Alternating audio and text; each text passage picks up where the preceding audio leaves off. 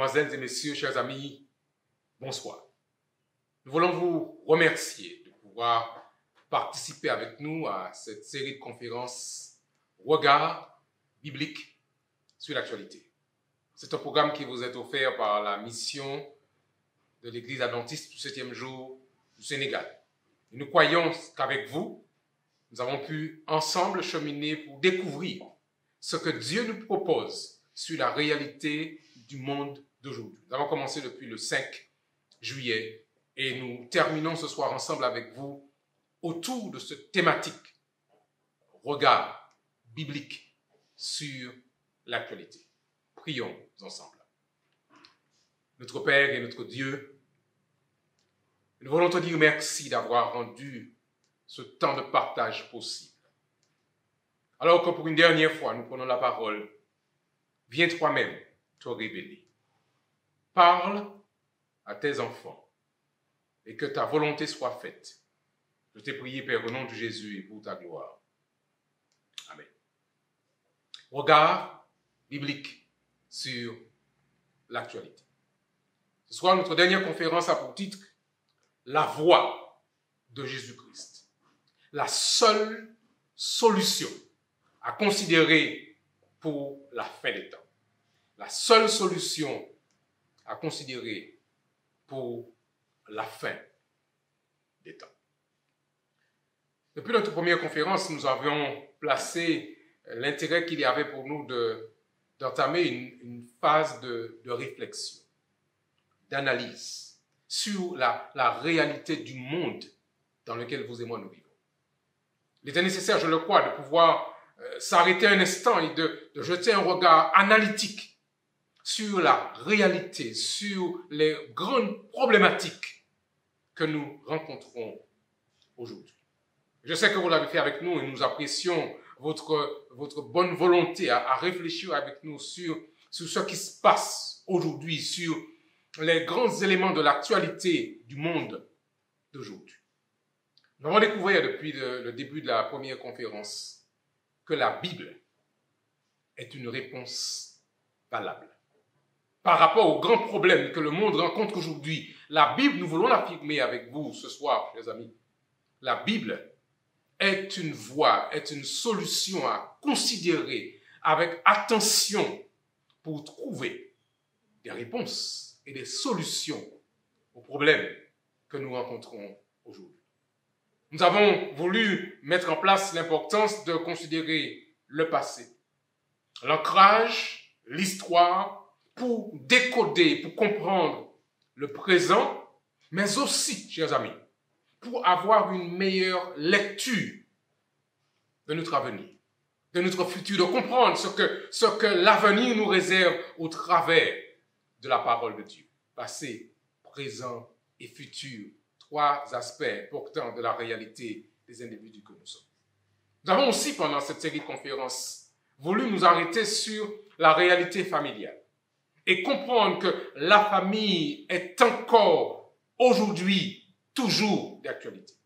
Ceux et celles qui voudraient mettre de la famille de côté, penser qu'elle était obsolète, vont découvrir ou ont découvert avec nous que la famille fait partie du plan de Dieu pour le projet de développement de l'humanité de chaque individu, homme, femme et enfant. Bien sûr, la terre est frappée, hélas, aujourd'hui encore, par une vague de violence. Et dans cette série de conférences, nous avons voulu avec vous, chers amis, considérer les causes profondes, celles qui expliquent la réalité de la violence et découvert en particulier que toute déconnexion avec Dieu va libérer toutes sortes de forces négatives qui vont aussi se manifester au travers de la violence. Mais nous croyons qu'avec Jésus-Christ, on peut retrouver le calme, on peut retrouver la paix au milieu des familles. La question du sexe, c'est une question qui ne peut être éludée, qui ne peut être mise de côté. Aujourd'hui, la sexualité a été utilisée à des fins tout à fait destructrices, mais nous croyons que la sexualité ou le sexe est un don du ciel, un cadeau de Dieu pour le bonheur de l'humanité, dans la mesure où cette sexualité est vécue dans le cadre, dans l'espace pour lequel Dieu l'avait prévu. Et puis, à ceux qui veulent être riches, dans notre conférence sur l'argent et la richesse, nous avons découvert que la plus grande richesse qu'un homme, une femme, un jeune homme ou une jeune femme peut posséder aujourd'hui, c'est la vie éternelle. Et cette vie éternelle, mesdames et messieurs, chers amis, nous est offerte gratuitement par celui que nous appelons Jésus-Christ, notre Seigneur et notre Sauveur. J'espère que vous avez reçu ce cadeau qui vous est offert, un cadeau qui a un grand prix, mais qui nous est offert cependant gratuitement. Maintenant, nous sommes parvenus à la fin de notre série de conférences, mais la question demeure, que faisons-nous? Quelle direction prendre? Il y a plusieurs options de choix par rapport à la réalité de ce monde. Il y a plusieurs propositions, plusieurs idées qui circulent, plusieurs philosophies, plusieurs enseignements. Quelle est la direction? Quelle est votre direction? Quel est le choix que vous voulez prendre pour votre vie par rapport à la gestion des grands conflits, des grandes problématiques sur la terre? Quelle direction choisir? Alors que nous réfléchissons pour une dernière fois, j'aimerais, chers amis, que nous comprenions que nous sommes parvenus à la fin des temps. Vous savez, même ceux qui ne sont pas forcément intéressés à l'affaire religieuse disent, rendent témoignage, malgré eux peut-être parfois en disant « ce qui se passe ici sur la terre n'est pas normal ». Mais ceux qui se rapprochent des écrits sacrés ne peuvent s'empêcher de reconnaître que nous sommes parvenus à la fin des temps. Et le temps dans lequel nous sommes sont des temps sérieux. Il nous faut, chers amis, je crois, avec intention, considérer quel est le projet que Dieu a pour nous. Ce soir, j'aimerais partager avec vous un témoignage. En fait, c'est le témoignage d'un homme de la Bible, en la personne du serviteur Marc. Marc a été l'un des disciples de Jésus. On l'appelle aussi Jean-Marc, selon. C'est ce disciple qui a cheminé avec le Christ et qui n'a pas pu s'empêcher, après que le Christ soit retourné au ciel, de s'arrêter pour composer le récit de l'histoire de Jésus. J'aimerais ce soir simplement, en terminant, revoir avec vous, bien sûr, en la survolant, le témoignage, ce qu'il laisse, ce qu'il transmet comme information sur la réalité de ce monde d'aujourd'hui. En fait, dans la Bible, il y a dans le Nouveau Testament ce qu'on appelle les évangiles. Ils sont 4. Matthieu, Marc, Luc et Jean. Les 4 évangiles sont des narrations de la vie et l'action de Jésus pendant qu'il était sur terre. C'est aussi un style littéraire distinct qui présente la vérité sous l'angle de la personne de Jésus. En fait, mesdames et messieurs, quand je dis évangile, il s'agit en réalité d'un condensé de messages, de discours, de miracles, de paroles de Jésus telles qu'elles nous sont rapportées. Si c'était aujourd'hui, à notre époque, nous aurions eu sur la chaîne YouTube des vidéos qui nous présentent les actions de Jésus. Mais là, c'était la forme écrite. Mais le contenu de ces évangiles est tellement positif que pour les désigner, on a gardé le nom à partir de sa racine grecque, euangelion, qui signifie bonne nouvelle. Alors par conséquent, quand on entend l'évangile selon Marc, il faudrait d'abord entendre la bonne nouvelle de Jésus selon Marc. Parce qu'en fait, mesdames et messieurs, chers amis, Jésus est une bonne nouvelle pour toute l'humanité. Que vous soyez à Dakar, que vous soyez à Ziguinchor, que vous soyez à Paris, que vous soyez aux Antilles françaises, que vous soyez ailleurs, la parole de Dieu constitue, mesdames et messieurs, une bonne nouvelle pour l'humanité entière. Alors, nous connaissons l'ordre normal, traditionnel des évangiles, Matthieu, Marc, Luc, puis Jean. Mais en fait, Marc a été le premier à avoir composé ce condensé des messages de Jésus-Christ. En effet, c'est entre 66 et l'an 70 après Jésus-Christ que Marc va écrire son livre. Et puis après, vous avez Matthieu et Luc qui vont, eux, écrire entre les années 95, 85 et 90 après Jésus-Christ. Et puis finalement, Jean sera le dernier à rédiger la narration de l'histoire de la vie de Jésus entre les années 90 et 110 après Jésus-Christ. Mais Marc va se concentrer sur la narration d'un sujet qui le passionne. À l'opposé de Matthieu, qui va commencer par une généalogie longue et détaillée, Matthieu va entrer tout de suite dans le vif du sujet. Il commence sans tourner autour du pot à nous présenter l'action de Jésus-Christ. En effet, si vous lisez Marc au chapitre 1er au verset 14, on verra qu'il va tout de suite présenter l'évangile. Voilà ce qu'il dit dans Marc 1, verset 14. Après que Jean eut été livré, Jésus alla dans la Galilée prêchant l'évangile de Dieu.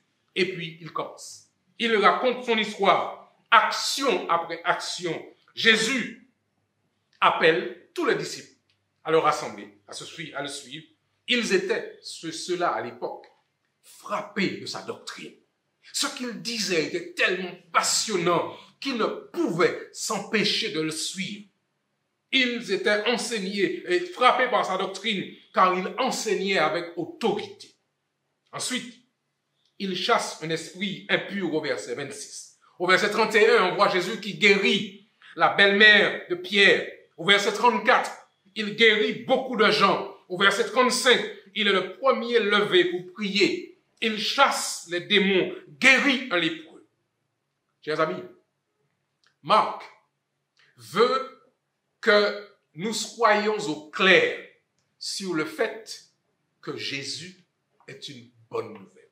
Il veut que nous soyons au clair sur le fait que Jésus soit une bonne nouvelle pour la terre, une bonne nouvelle pour l'humanité.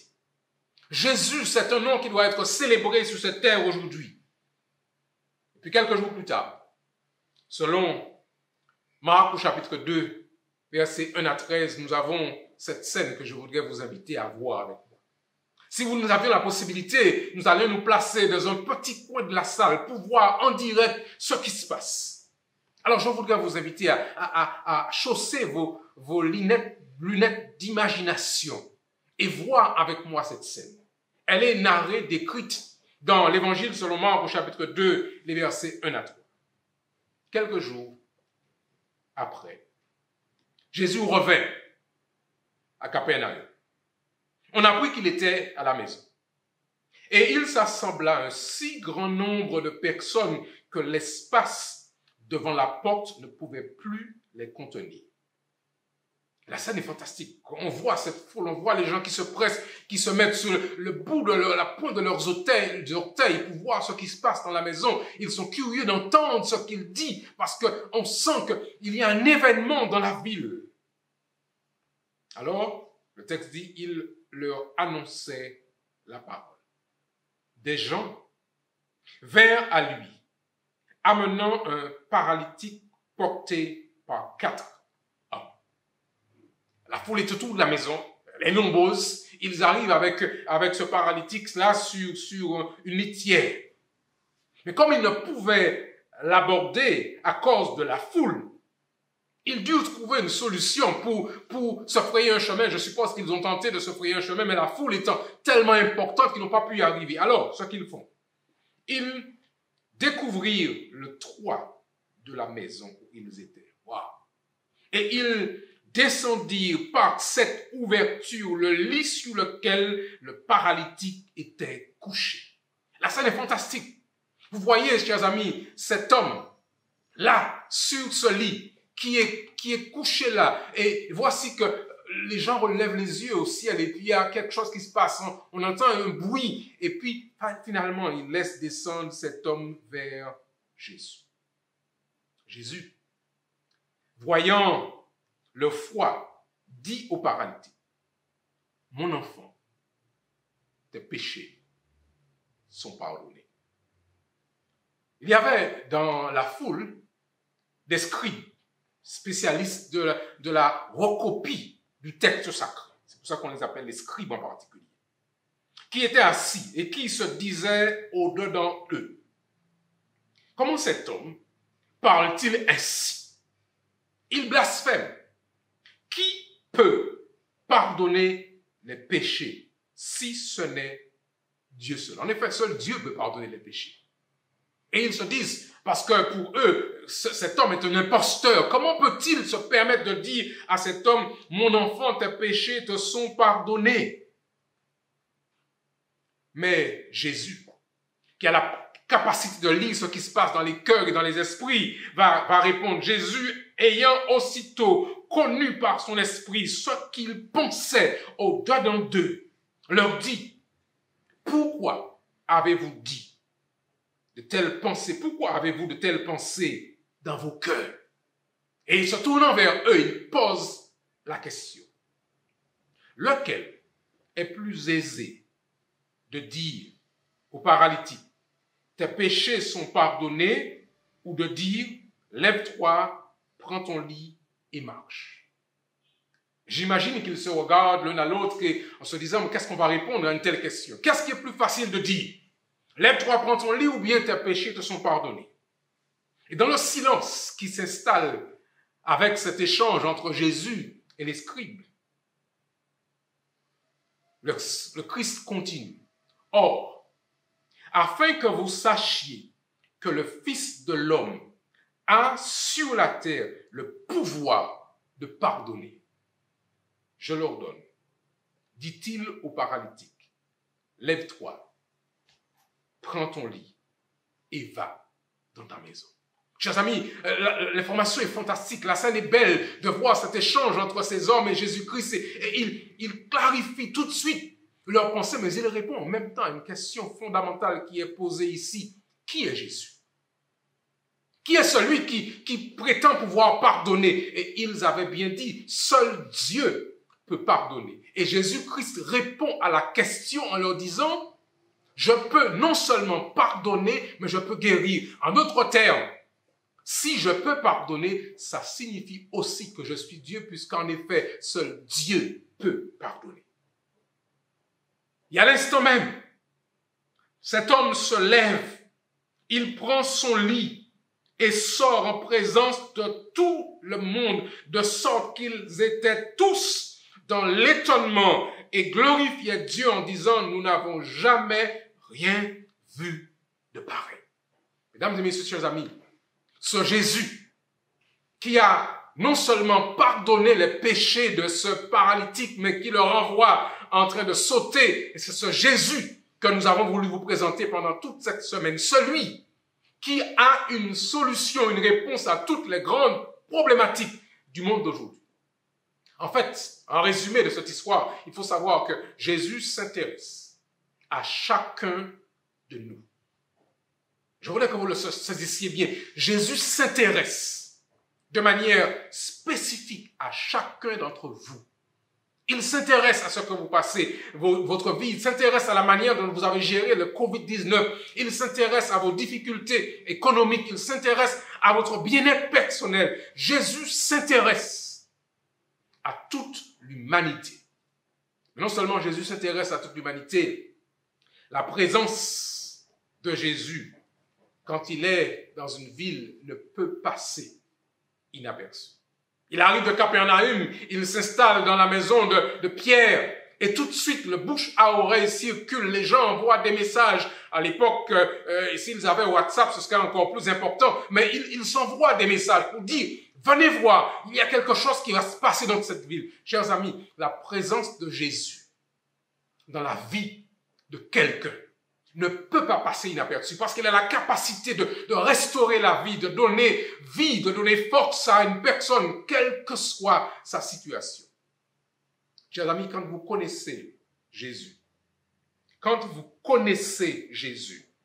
vous savez que vous pouvez lui amener les causes perdues. Je dis bien quand vous connaissez Jésus, quand vous l'avez rencontré, quand vous avez découvert qui il est et la puissance qu'il dégage, vous savez que vous pouvez lui amener toute situation perdue, ce qu'on appelle aujourd'hui maintenant les branches cassées. Certaines situations, la médecine va vous dire c'est trop tard, on ne peut rien faire. Les enseignants vous disent cet enfant, on ne peut rien faire, on ne peut rien tirer de lui.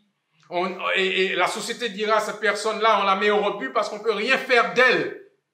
Chère dame, cher monsieur, quelle que soit votre situation, vous pouvez toujours amener à Jésus une cause qui est perdue. Finalement, Jésus, lui, ne peut résister à l'expression de votre foi.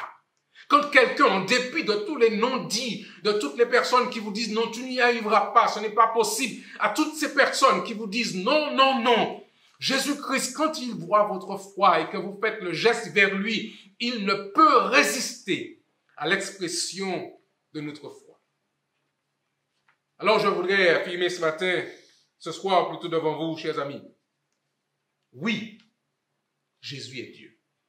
Jésus fait partie de la divinité. Le Père, le Fils et le Saint-Esprit, ensemble, se sont mis pour créer l'humanité. Et Jésus détient en lui le pouvoir. Il dit d'ailleurs à ces hommes, pour que vous sachiez que j'ai le pouvoir, l'autorité en moi de pouvoir pardonner, je déclare, je dis à cet homme, lève-toi, prends ton lit et marche. Oui.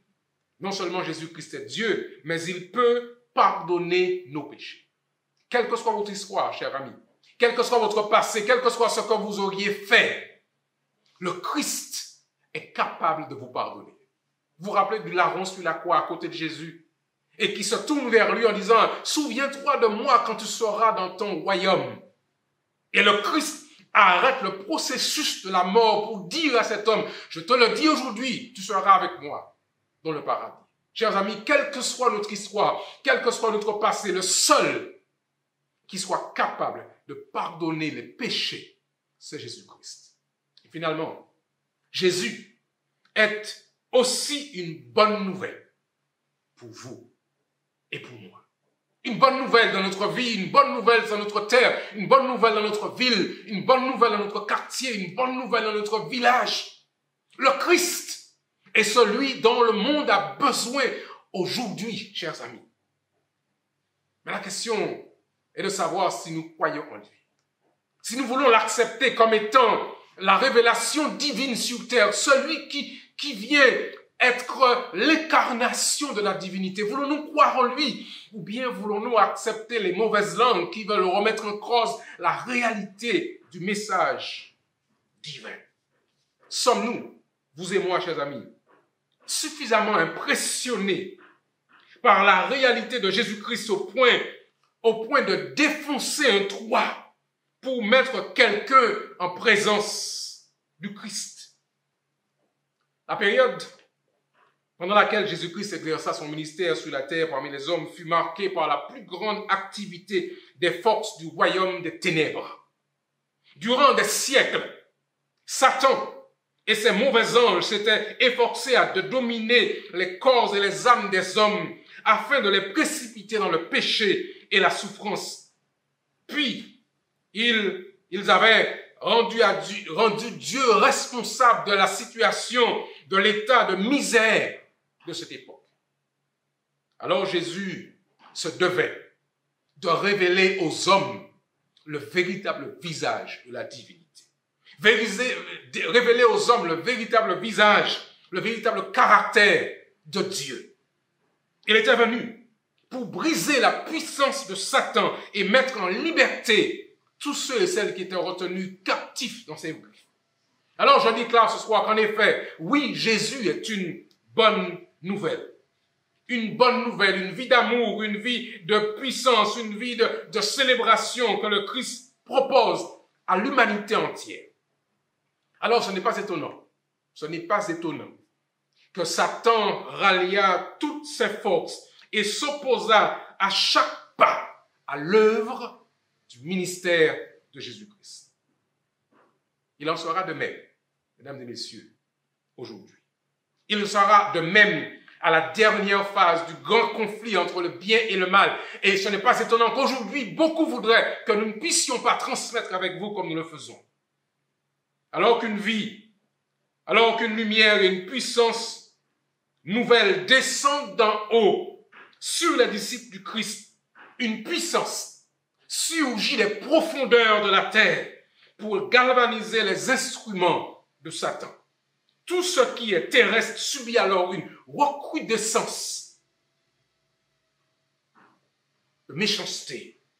Instruit par des siècles de lutte, le prince du mal travaille sous un déguisement. Il se présente sous les apparences d'un ange de lumière aux foules qui s'attachent à des esprits séducteurs et à des doctrines de démons. Mes chers amis, Jésus-Christ est encore aujourd'hui une bonne nouvelle pour l'humanité. Il est le seul qui puisse donner un sens à notre vie. Oh, je sais que cette affirmation peut paraître dogmatique ou péremptoire pour certaines personnes, mais nous avons découvert dans la parole de Dieu que ce Jésus est en fait Dieu incarné, celui qui a créé la terre, et il est celui-là qui peut la recréer. C'est pourquoi nous disons, sur la base de l'autorité de ce qui se trouve dans ce texte, Jésus-Christ est le seul qui puisse donner un sens à votre vie. Tous les autres prophètes, tous les autres gourous, tous les autres grands maîtres arrivent, naissent et meurent. Arrivent, naissent et meurent. Le seul qui soit vivant au siècle des siècles, le seul qui pouvait dire « Je tiens les clés de la mort et du séjour des morts », c'est Jésus-Christ. Chers amis, le paralytique avait, comme le lépreux, perdu tout espoir de guérison. Sa maladie était la conséquence d'une vie de péché et de maux accrus par le remords. Longtemps auparavant, il s'était adressé aux pharisiens et aux médecins, espérant obtenir un soulagement à ses souffrances. Souffrances physiques, mais aussi et surtout, souffrances morales. Ces hommes avaient déclaré froidement son cas incurable. Nous ne pouvons rien faire pour vous, monsieur. Et ils l'avaient abandonné à la colère de Dieu comme ils le pensaient. En effet, les pharisiens, les hommes de l'époque, considéraient l'épreuve comme une manifestation du déplaisir divin. Et ils se tenaient à distance des malades et des nécessiteux. Cependant, ceux-là même qui s'attribuaient une telle sainteté étaient plus souvent coupables que les affligés qu'ils condamnaient. Lui, absolument impuissant, plongé dans son état, dans sa situation de désespoir, n'entrevoyait aucune possibilité de secours. Aucune solution ne s'offrait à lui, sinon de subir cette situation jusqu'à sa mort. Et voici qu'on lui parle des œuvres merveilleuses d'un homme qui s'appelle Jésus de Nazareth. Voici que ces informations lui parviennent à l'oreille. Et on lui dit que ce Jésus est capable de guérir. On lui parle de ce que Jésus-Christ est guéri des lépreux. Une maladie qui à l'époque était considérée comme incurable. Alors finalement, les amis qui lui font ce rapport d'information l'encouragent lui aussi à croire que si jamais il peut rencontrer Jésus, que sa vie pourrait être transformée et qu'il pourrait obtenir la guérison s'il pouvait simplement être emmené à Jésus. Mais même avec cette idée à l'esprit, le souvenir des causes de sa maladie faisait parfois retomber tout espoir en lui. Il redoutait que le grand médecin, Jésus est en fait le grand médecin, ne veuille pas l'accepter en sa présence. Mais cependant, Cet homme qui aspirait tellement plus à la paix du cœur à la guérison du cœur, finalement, a pu supplier ses amis de pouvoir le conduire. Oh, si seulement, disait-il, si seulement je pouvais être mis en sa présence un instant. Quelques instants seulement, il pourrait, je le crois, me guérir. C'est cher, consumé quand vous êtes en position couché comme ça pendant tout le temps. Ceux qui sont du domaine médical savent que la chair va faire des escarres, il va pouvoir entrer parfois en putréfaction. Donc cet homme était dans une situation piteuse. Alors il supplia ses amis de l'emmener sur son lit pour qu'il puisse finalement rencontrer Jésus quand il a su que Jésus-Christ était de passage par là. Alors ils arrivent. Ils étaient là, alors que Jésus était en train d'enseigner dans la maison de Pierre. Comme leur coutume, les disciples étaient assis au premier rang devant Jésus-Christ. Ils ne voulaient perdre aucune parole qui sortait de sa bouche. Des pharisiens et des docteurs de la loi étaient là aussi, venus de tous les villages de la Galilée, de la Judée et de Jérusalem. Leur objectif était de pouvoir prendre Jésus à défaut. Ils avaient une connaissance de la théologie, c'était des hommes versés dans le texte sacré. Mais ils écoutaient Jésus-Christ avec seulement l'intention de le piéger. Et puis autour, il y avait la foule, une foule confuse qui comprenait à la fois des fervents, des chercheurs sincères, mais il y avait aussi beaucoup de curieux. Beaucoup de gens incrédules, ils avaient entendu parler de lui, alors ils venaient voir, et ils se mettaient par derrière, ils faisaient des coups pour voir qui était ce Jésus, à quoi il ressemble, quel est le son de sa voix, qu'est-ce qu'il apporte, qu'est-ce qu'il partage. Ils avaient appris qu'un jour Jésus avait nourri une foule nombreuse. Alors ils se disaient peut-être qu'aujourd'hui nous aurons à manger gratuitement. Et ils venaient là espérant ramasser les miettes. Ce jour-là, chers amis, Jésus-Christ partageait une information capitale. Les porteurs du paralytique multiplièrent en vain leurs efforts pour se frayer un passage à travers la foule. Le malade regardait autour de lui avec une angoisse inexprimable. Comment renoncer à l'espoir alors que le secours est si près? Il était ballotté sur ce lit, il était transporté. Mais ces hommes finalement trouvèrent la solution de passer par le haut. Et ils vont creuser le toit. Je suppose avec l'autorisation du propriétaire qui était autre que Pierre. Et le discours est interrompu.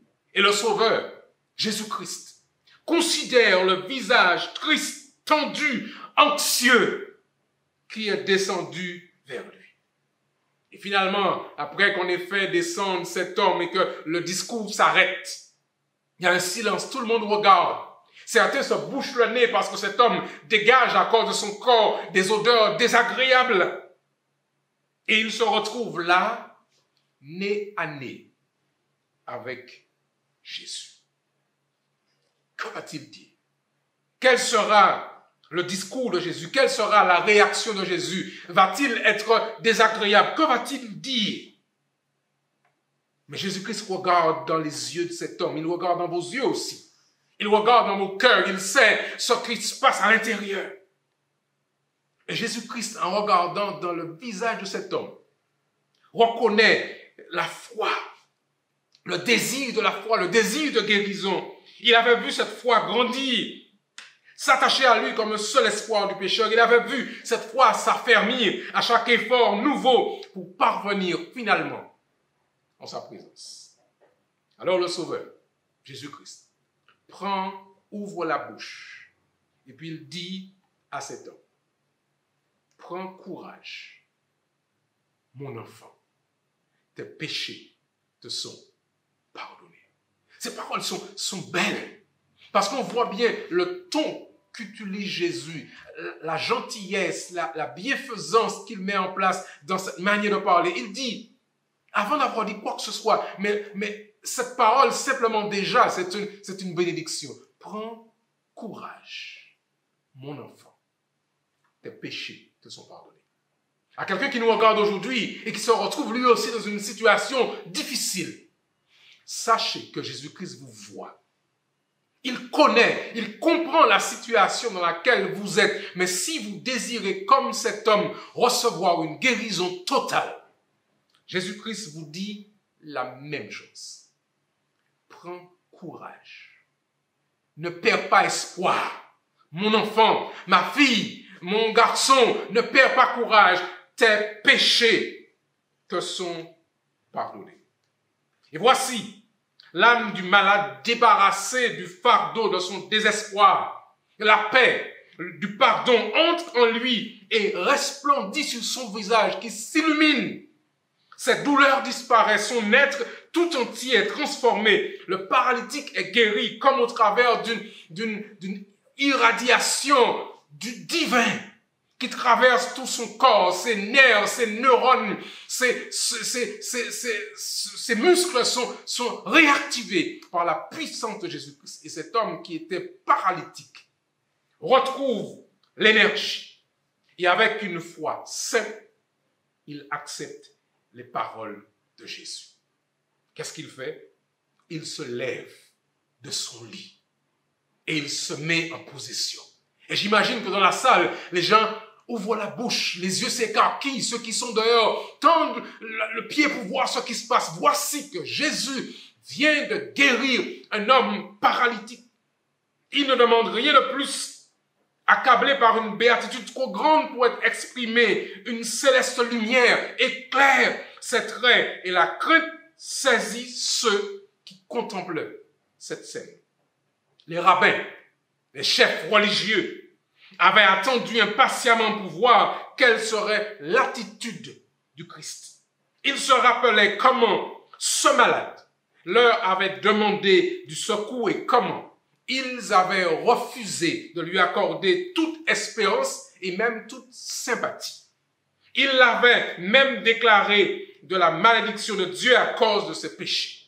La vue du malade leur rappela ces choses et remarquant l'intérêt manifesté par toutes les personnes présentes, ils furent, ces rabbins, ces chefs religieux, effrayés, pensant qu'ils allaient perdre l'influence qu'ils exerçaient sur le peuple.